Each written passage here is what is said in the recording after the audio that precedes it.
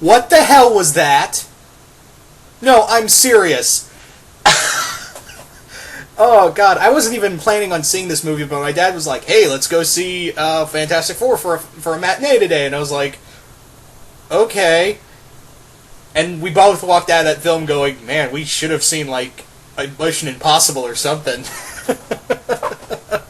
Yeah. So let's talk about Failtastic 4. Failtastic 4 is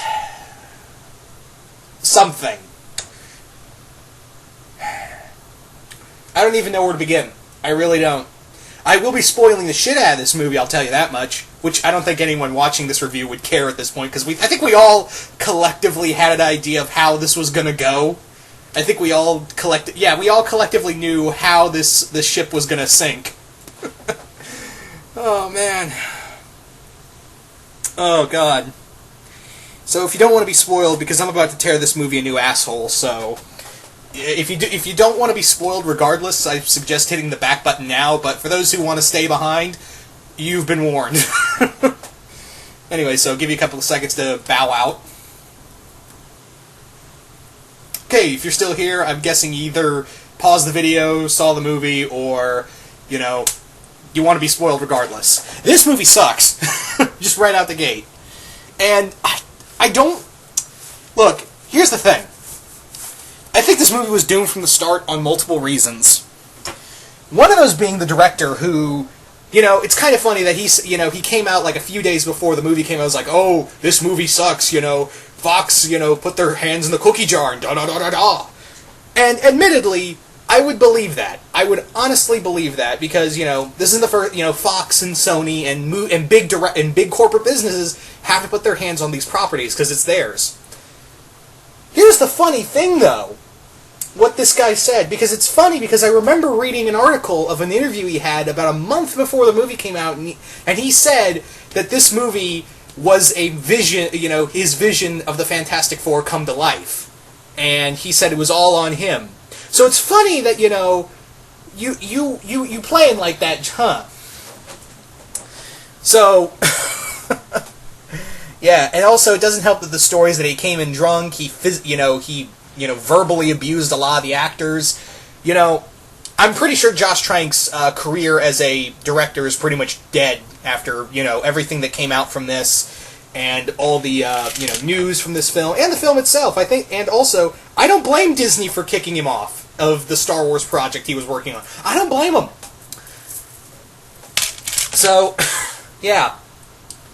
And admittedly, Fox I will play devil's advocate here and say that maybe Fox had a hand in destroying this, but I don't think it was all them. I don't think it was all them. I mean, yeah, has studios ruined movies before? Yeah, look at Sony. And Fox has done this before. Fox has admittedly done this before with some other films, but I think they've kind of gotten the message, especially with their superhero properties, X-Men, that they would be like, oh, let's just, I think, because mostly Mark Millar's in charge of that, of the X-Men stuff. Yeah, for those who don't know, Mark Millar is kind of like their creative consultant for X-Men. Yeah, it's weird, I know. Anyway, so I think they just kind of let them do their own thing as long as they can put out good product. But here, I think this is just more like them keeping the rights. Although, on the other hand, I think after hearing about the numbers that are coming out of this, I'm pretty sure Kevin Feige is like sitting at his computer like Dr. Doom, just sitting there like, soon. Fantastic Four, soon. Anyway, so after about 4 minutes, let's actually get into the movie, because all I've done is kind of, talk about everything that's come up to this. Let's actually talk about the movie. Right out the gate, I don't think... here's the moment where I said this is going to be a bad film. And the moment I saw it was right out the gate when Reed is the child actor for Reed sucks. And I know there are good child actors out there, but there's also really bad child actors. This is one of them. And I don't want to blame it on him, I really don't. But, oh god, the material everyone's given here is not great. The writing's not great at all. But here's the thing. When, basically, Reed and Ben work together on building a teleporter, more or less. And they manage to teleport something and put it, and, bring it back. They bring it back, but at a child science fair. Keep in mind, they're like nearly 20 years old each, or like young teenagers, I don't know. They never, it's basically a young generation, and they're at a child science fair, just keep that in mind. And they teleport the object, and the guy's, and Reed's teacher says, after they teleport something successfully and bring it back, granted it's not, they said they teleported all the way to the Gobi Desert, or the not negative zone or whatever, I don't care. But yeah, the teacher goes, you're disqualified because this is a magic trick. And I'm sitting here thinking, motherfucker, he built a working teleporter.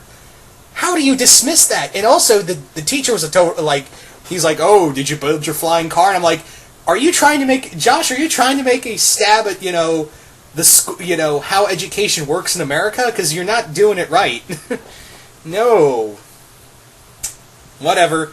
Again, it boggles my mind. Also, what also made me feel uncomfortable is that the whole thing of clobbering time, you first hear it when Ben's brother, yeah, he has a brother here, comes in and starts beating him as a kid. So I'm like, great, you ruined it, clobbering time. You ruined it. And you hear it again from Ben when he's the Thing, and it's forced. So yeah, right out of the gate, I'm like, this is gonna be, like, my dad and I looked at each other like, this is gonna be painful. Yeah. And admittedly, you could have made this work. You really could have. But this script is so bad, none of the actors have a type of synergy to them. I mean, they're all really good actors. Michael B. Jordan, I'm really excited for Creed. I'm really excited for Michael B. Jordan in Creed. I've seen really good stuff with Kate Mara and Miles Teller, as well as Jamie Bell. I've seen them all in really good things. Toby Kittle, he was in Dawn of the Planet of the Apes as Koba. He was awesome. And I was kind of like, you know what? After seeing his performance as Koba, I was kind of like, you know what? I actually want to see you as Doom. And Toby Kittle's a good actor. And to their credit, everyone tries their damnedest to make this work. But it doesn't. And I'll get to Doom in a minute. Now, here's the big shocker of when when they're going to go to the not negative zone, or as it's known in this universe, Planet Zero. Basically, what it is that how they all decide, because originally they're going to send astronauts, and here's how they decide they're going to go instead of the astronauts. They get drunk and steal the ship. Steal the device to teleport them to the not negative zone. No, really, that's the point.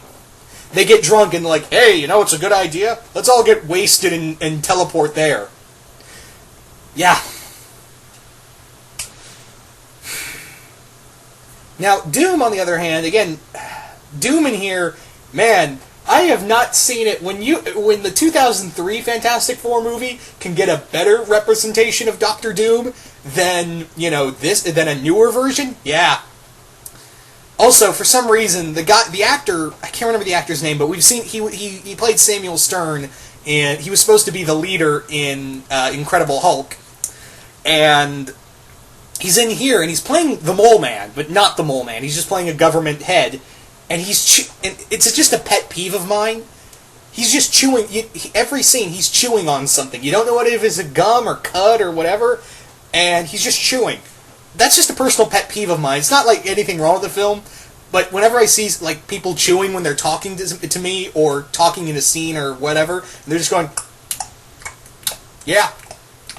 Even when he's giving a speech about how to use the three of the Fantastic Four members, because Reed escapes and is trying to go all Bruce Banner to cure himself, while Sue, Ben, and Johnny are being used as weapons for the government.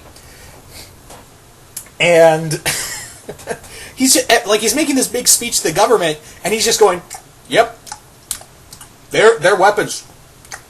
And I'm like, dude, spit that shit out of your mouth and just talk normally.